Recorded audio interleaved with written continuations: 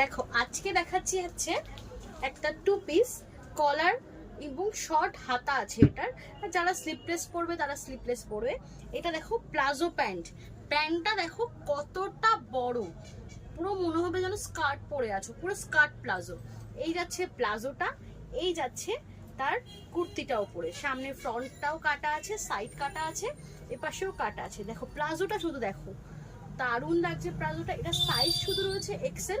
যারা তোমরা এল L M পরো তারা একটু স্টিচ করে নিয়ে হয়ে যাবে, কেন কোনো পকেট নেই, স্টিচ করলেই এটা হয়ে যাবে।